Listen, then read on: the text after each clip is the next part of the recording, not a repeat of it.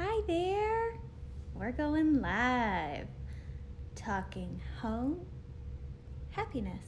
That's what I'm gonna focus on. So when I was approached to talk about home, I kind of thought about what it means to me. And we were talking in terms of organization and function, but what I really think it means at the heart of it is happiness. So how we feel in our homes, how we feel connected with our homes. Does it make us feel good? What about it makes us feel good? And I think organization and function are kind of part of that. And a lot of the questions that were put in kind of focused on more of some of the pieces and decor. So I'm just gonna like bop around and talk about a whole bunch of stuff. But Stella's here with me. There is 100% chance that she will bark at someone closing a door, at a child riding a bike. So she's here for it too. So let's just talk and get to know each other. I'm Meredith. So Tiny Bits of Happiness is my account. I've been living in Northwest Arkansas for about a year. My husband and I moved here with our doggo Stella, and we love it. So born and raised in Michigan. I'm a Midwest girl, went to Michigan State. I was a teacher for 8 years, and I left the classroom about a year and a half ago now. And that kind of opened up and was all around me falling in love with like creativity and creative business. And I had kind of switched from education to hand lettering. So I was teaching workshops, I was doing wedding work in Michigan, and when we moved here, it was kind of shift again, and I have always felt a deep connection with our homes. So home actually took on a whole deeper level of meaning when we moved here to Northwest Arkansas. And I've really kind of used this space to feel connected in a home base. And again, so much of that comes from function, but it also comes with the feeling of how we feel in this space. When you move somewhere and you don't know anybody, home is like a pretty crucial thing. So that kind of led me to just really leaning into how to create a space that we love. So I am so excited to be here, and what I will kind of talk about is like function and space and how I've approached our home. We've only been here for a year, so there are still tons of changes that I want to make, but I believe that there are short-term changes that can lead to long-term changes. Sometimes it's just paint color, sometimes it needs to be bigger things, but I think that we can think of everything in phases and kind of look at the wide range and really lean into being intentional and approaching things with a long-term connection versus like short and easy quick fixes that don't always fix it, which is kind of funny, right? They go like against it. But I have found that impulse purchases are rarely the right move or purchase that sticks with us for the long haul. Like the quick fix of just buying containers or without a plan doesn't always work. So kind of being in a space and getting settled in helps with also just doing the long-term plan. So if you have questions, feel free to put them here. I have some questions were submitted, and we're just gonna hang out for like the next 25 minutes. But feel free to bop them. I'll be like checking down and seeing where we're at with everything. So home and happiness is kind of where I wanted to start first. And I think a really big piece of that is what makes you feel good in your home. And I have been working with a lot of friends or people reach out, and figuring out your style is beyond what's on Instagram or Pinterest. It's more you and your essence and what makes you feel good. And I think kind of getting quiet and connected with that is where I always tell people to start first. Look in your closet. What are the clothes that make you feel good? When do you feel your best? When do you feel at home? When do you feel comfortable? So for a lot of people, it's like comfortable leggings or this, sweater that goes with everything, and it's always comfortable, but it feels put together. Maybe it's a pair of heels. So I think figuring out first what makes you feel good in your home is a great spot to figure out what sparks joy, Marie Kondo, and use that as your guiding light.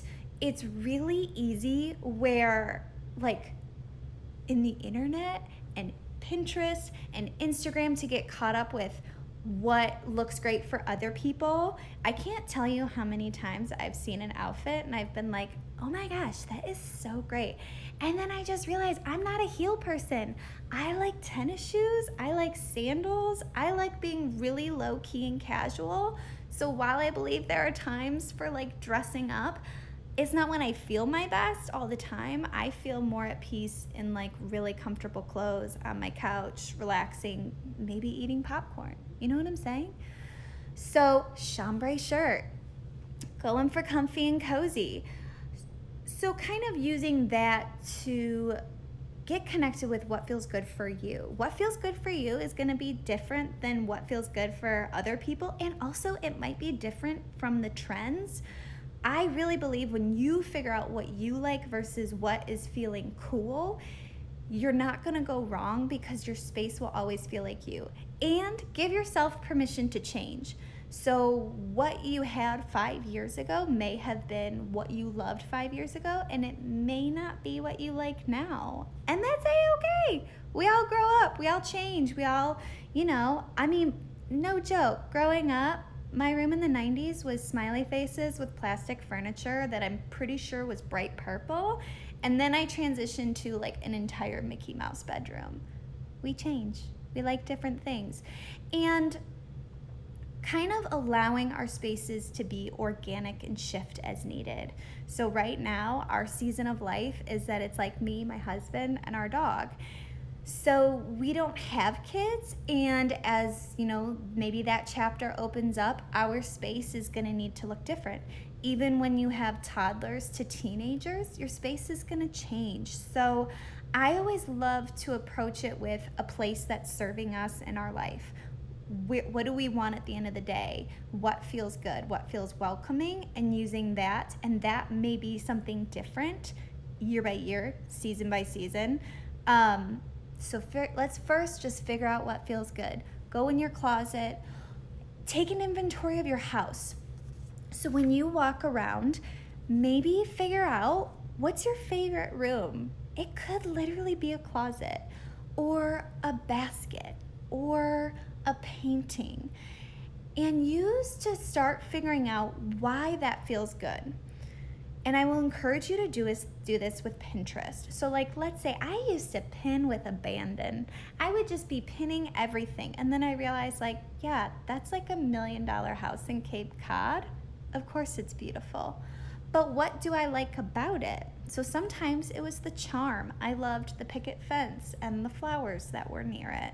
So the more we can kind of hone and edit and really start to pinpoint why we like something, that kind of helps us with making future decisions. So figuring out what feels good, figuring out what is bringing joy, and then figuring out that's going to help us figure out our future decisions. So yeah, like using Pinterest, but also finding realistic inspiration, which is also what I love about Instagram. There are people who love their homes and who are loving on them, and they are, living in a variety of houses. Sometimes they're like a cottage in northern Michigan. Stella 100% is about to bark, and if that happens, I'm so sorry. She's here with me as support. So then I'm going to ask you, as you're doing your home inventory, and I will show you 2 of my spaces, I want you to figure out what spaces are feeling clunky or not so good, and look at the evidence around it. So for us, we have a pain point right now that I haven't figured out, and it's our laundry room. It really needs to function more like a mudroom. So having hooks where we can put our backpacks or our purses, not always a backpack. What's happening then is that they're getting, dumped in random spots of the house. So they're on the floor, or our shoes are on the floor. So looking at the evidence around areas to figure out okay, is the space functioning the way it needs? So I'll take us to my front entryway, and we don't have a front closet. We actually really don't have a closet over here either. So no coat closets. And while winter is in Arkansas is much better than it is in Michigan, people still wear jackets or have purses. And when I have people over, I want a spot where people can feel welcome to set down their stuff. But realistically, we don't need that all the time. So when I was doing our inventory of our spaces, when we moved in, I was like, okay, we need a spot for people to come and dump their stuff. But also, I don't need it all the time, so like doing like a closet or something like that wouldn't really make sense. So what I did was we built a peg rail. It blends in with the wall, hooks allow people to hang stuff up, but then it kind of disappears when I don't need it. And our entry space, I looked at a few other things. So I looked at, do you see Stella all the way back there? Oh my gosh. I knew we needed, okay, I don't think it'll let me talk by the front door, but I knew we needed a bench because, and I'll shoot it this way. I knew we needed a bench so people could sit down. Yes. So this peg rail, we actually just built ourselves. And realistically, I might look at extending it around the room in more spots so people could hang stuff up as needed. A boot tray, a rug. I always love a lamp or something like a light that's like welcoming. But this was a space where I started to look at the evidence of what do we need, what are we lacking, and how can we fix it. And realistically, that was like a, you know what, like a $20 fix of like building this peg rail. So not every fix is like, you know, something that's lofty, and sometimes it's just paint. Maybe you walk in a room and like, while the color still looks great, it's just not your favorite, and that's okay. I ended up painting like our entire house white, as you can tell, because it is my favorite color. And it just really brightened up and it felt like us. It was a great neutral gray color, but it just didn't spark joy, and that's okay. So as you're going through your inventory, you're figuring out what you love, you're going through your spaces, and you're kind of looking around for, okay, is this functioning? And maybe a space used to function and it doesn't anymore. So the other space that I tackled was our pantry. And if you follow me, I started this at the beginning of quarantine because we found some visitors that were ants that were not welcome. And I had emptied the space. And as I had it emptied, I realized, okay, these shelves are kind of gross and they could be painted. And this is an opportunity to maybe bring a little joy into this space. So all I did was use paint. I painted the top part white, which is my favorite color, and then I painted our bottom part black, and I kind of moved it all the way to the door because our counters are black.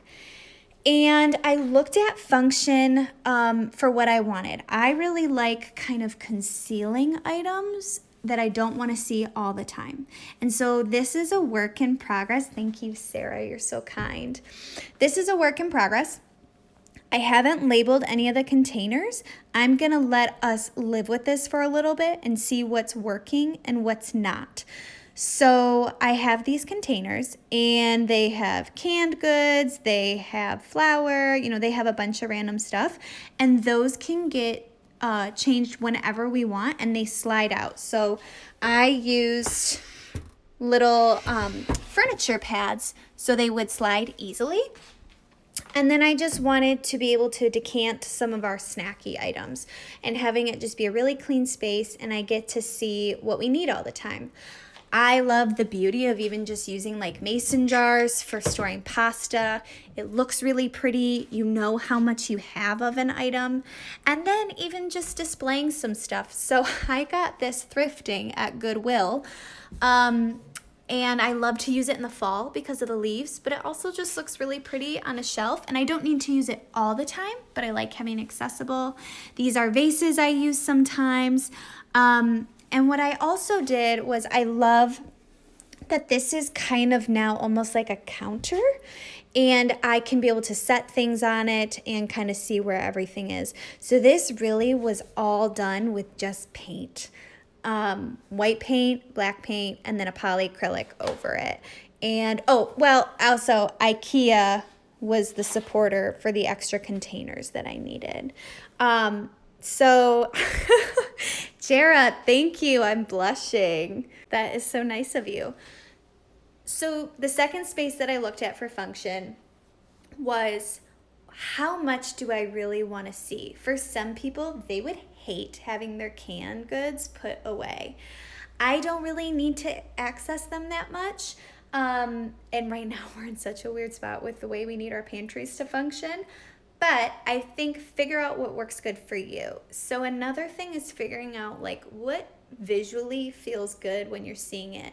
You might like to be able to see all your canned goods and everything. You wouldn't want it stored away in containers. For me, I kind of like a more visually quiet space and then access what I need. So I found containers to be really great and easy.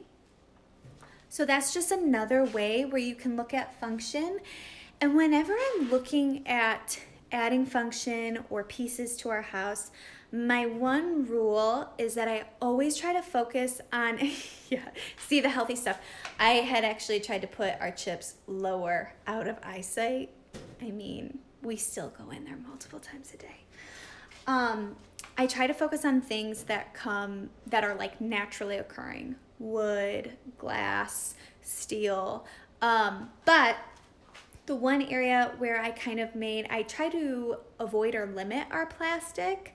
I did use the plastic pop-top canisters because they just keep everything preserved so nice. But when you focus on natural materials, they kind of get better with age rather than, how man-made materials don't always look that great. They kind of have a more timeless look. So really anywhere in our house, I always try to focus on woven baskets or fabric or linen or canvas.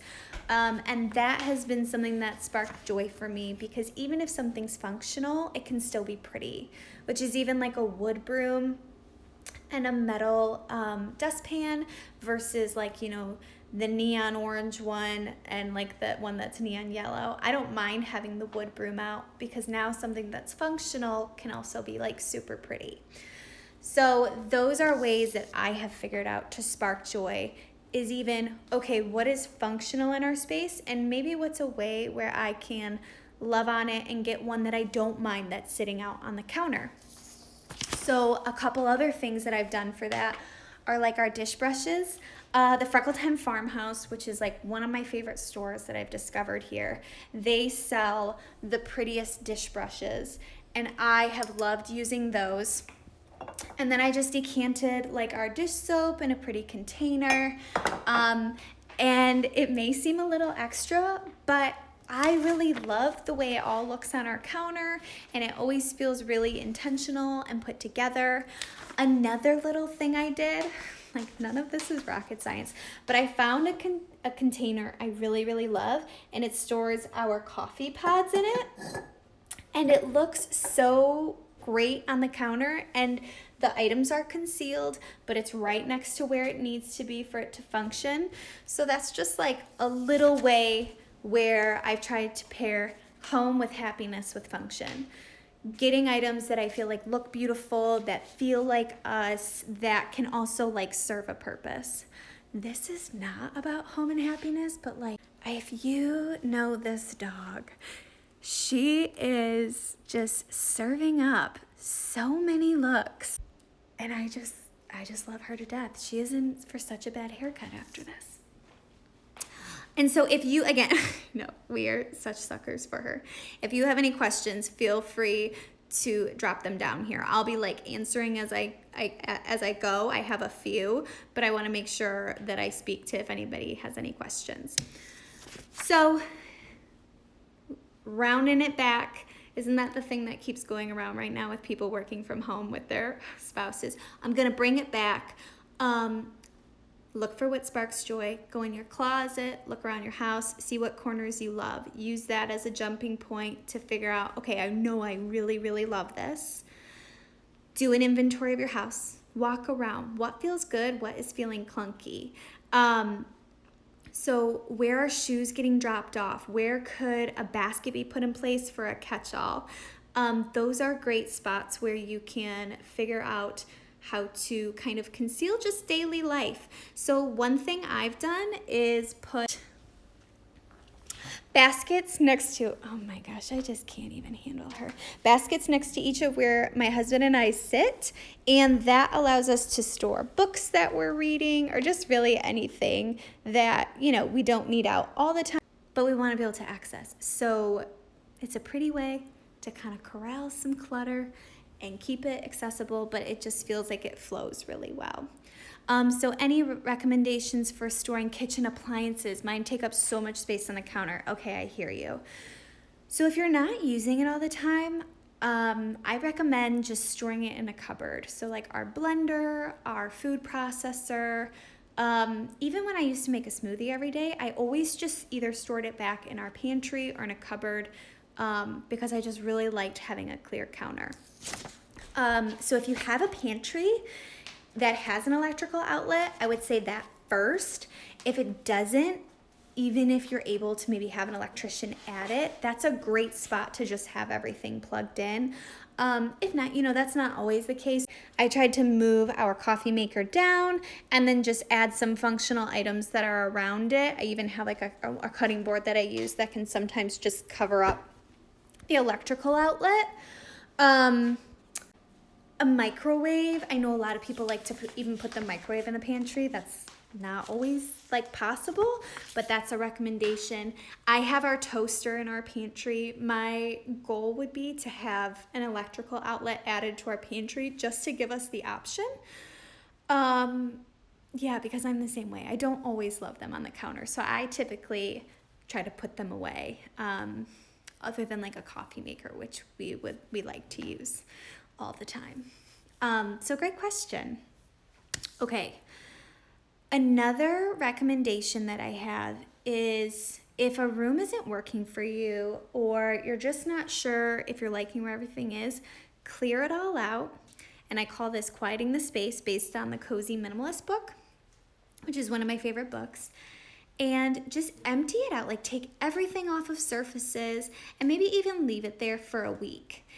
As you take all these items away, you kind of figure out like, oh, do I like that corner empty or what could I have go there? So it kind of lets you dream things up in like a blank slate. So I'll bop it around.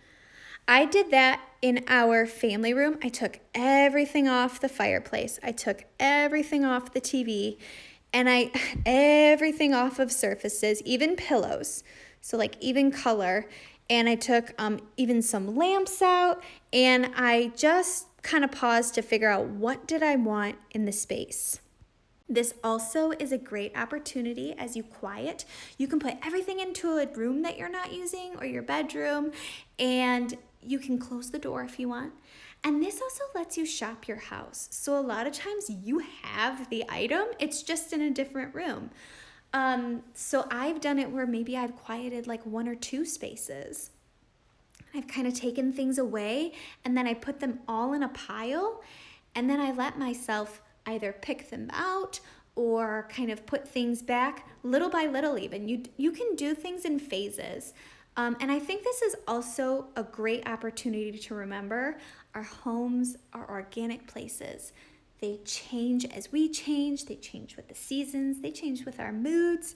They change with, the chapters of our lives. So sometimes you have little toddlers. Maybe that looks different than when you have teenagers. What you want to have on your coffee table or, what you like to have on your walls, how you like to have your furniture arranged, what furniture you even have. So I always like quieting a space just to kind of give opportunity to let me switch things up, because sometimes it's harder if everything's there, then you still feel like you're kind of stuck in that layout or that puzzle. So this is also a great time when you're doing a deep clean. If you're moving your furniture, if you're already moving everything around, take it all out and just kind of like do like a little reset. So quieting the space and allowing it to be quiet. It's kind of uncomfortable, right? To have a space with nothing in it. I remember my husband being like, so when are we putting it back in? Like, when is it all coming back in here? Any pretty ways to store outdoor items like cushions, decor from the rain, something easy to store and get back out easy? Great question. So we haven't tackled our outdoor space yet, so I can't speak to like personal experience with storage, but I know when I've thought about it, even just like those large chests that can go in and out, that could also double later, like, you know, if somebody wanted to set their drink on top of it. And even like, I know, so decor it doesn't really speak to, but like maybe investing in like a good cover too. So if you don't have a spot to put it, you can still kind of protect it. But I would say like trying to find the best chest possible, or even if like there's a coffee table that you have that also has storage in it, then it allows things to be stored in it really easily. That can just kind of fit seamlessly with it. But yeah, I know that can be kind of tough, especially it's like depending on your shed or your storage space. And then the other thing that I would encourage is just pause before your impulse purchases. The first decision isn't always your decision. It could be. Save it. Really take time to think, do I like it? How does it check with the things that really spark joy? How is it going to function? Does it serve the need that I need it to serve? Because yeah, impulse buying is really hard. Internet shopping is at our fingertips. Even Facebook Marketplace can be a challenge because it's so easy. So just maybe even start to give yourself timelines. Because that cycle of buying and returning and buying and returning, sometimes it almost confuses our internal clock for what we actually like. And I have now become like such a slow purchaser. It is very hard for me to purchase items for our home that maybe I'm paying full price for, that need to be a big decision. Somebody said that they make mood boards. Yeah, a mood board is a great thing, especially if you struggle with visualizing or picturing an item in the space. Kind of take pictures, and even, I mean, you can do it in Word, copy and paste them and put them together. And also know that most homes, like some of my most favorite spaces were because they've been just loved on and attended to, and they've changed over such a great time. So, I mean, guys, like that's my dining room light. Like being okay with where your home is at right now. So like as you walk around your space, especially in quarantine, I have been talking to so many friends and telling them to pause before they do a purchase. What can you love on more right now? Sometimes it's just through painting. Sometimes it's through quieting a space, editing, taking stuff away. A lot of times we don't need more. We just need to figure out what we want and kind of take stuff away or switch rooms or do something like that. So it's kind of like slowing that internal clock and finding the groove. But I think my goal, even I have felt it, I've had like so many different projects that I've wanted to do while we've been home, and really trying to just even let myself dream on it, because my mind has changed 3 times. So really allowing yourself to maybe get really caught up in the dream, go really far with it, and then like, what can I do right now today to love it? And so for me, it was like painting our bathroom. The color wasn't really like my top choice, and our trim was like chipping, and so it was like you could see the wood underneath, and I was like, I'm just gonna paint it, and it's gonna help me love what I have right now. So sometimes it's organizing, cleaning up, taking stuff away, donating, clearing out what's like, cluttering or confusing, and just kind of slowing down. So I'm getting married in June and moving into a new home. Any tips on where to start? So I think what I would encourage anybody, figure out what you really like, and pin with purpose is kind of what I call it. So it's like, really figuring out why an item or a picture or a photo or somebody speaks to you. Because there have been like many times I've said, like, I can't tell you how many times I've bought a pair of heels or a dressy shirt, and I'm like, this is so great. It looks so good on her. That is what I'm gonna do. And then I realized I'm really low-key casual. I feel most comfortable in like sweaters and sweatshirts and denim and jeans and sneakers and sandals and just being really low-key. So I think it's maybe even just starting, if you're not in your space yet, looking at your closet, going through, editing your pins, going through and only picking out maybe your top 5. What do you love the most and why do you love it? Even if you can start there. I know we're running low on our time and I was so chatty. I hope I answered questions. There was just a few questions that were put on Instagram too that I'll answer. And if you have any more, pop them below. But I'll just say, like, take your time. Know that this isn't a race. You know, slow and steady. Figure out what you love. How can you get it? And try to get the best quality. So that's where I'm a huge proponent of Facebook Marketplace, which is one of the questions. We got our dining room table off Facebook Marketplace. We got our TV Benza off Facebook Marketplace. So vintage, secondhand, those are great places to even kind of play around with what you like and be okay with letting things go. I had a couple questions on Facebook Marketplace for like advice on it. So here are my like top, couple tips for Facebook Marketplace. Search a brand if you love a brand. So I searched like Restoration Hardware. That's how I found our TV console. It is a secondhand Restoration Hardware TV console. That is like a new one is not in the budget, and so it was such a great find. The quality is amazing. So search a brand you love. And a lot of times you can find something similar to that brand. Pottery Barn, Restoration Hardware, even IKEA. So like, let's say you're looking for an IKEA piece. You can search IKEA. Also, search material. So I really love wicker and rattan right now. So I might even just type in wicker, rattan, and I'll see what comes up. Leather or, like wood furniture, brass. So those are great ways to search. You can search a style. I sometimes type in schoolhouse because I really love a schoolhouse light. That's how I found our entryway light. If you just search a style. Also, let's say you're traveling somewhere. You have an appointment. You're going to go shopping. Let's say you're even going to go shopping one day in the future when we can shop again. You're going to go shopping in Tulsa. You can look up any item you want on Facebook Marketplace in Tulsa.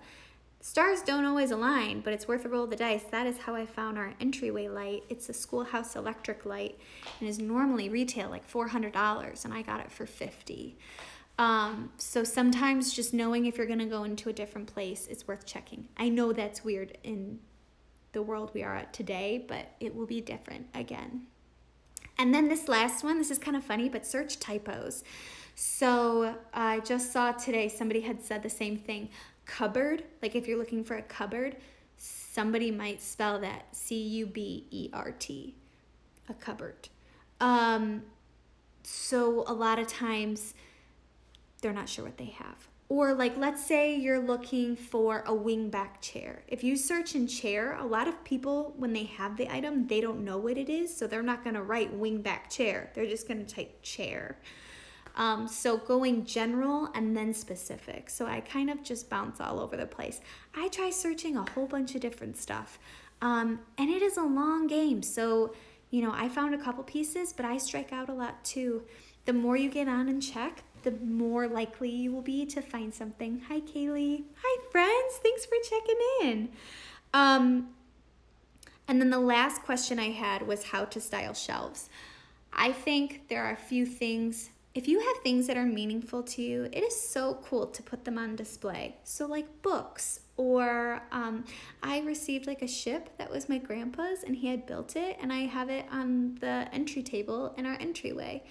I love when you can put meaningful things, vases, flowers, anything from your garden.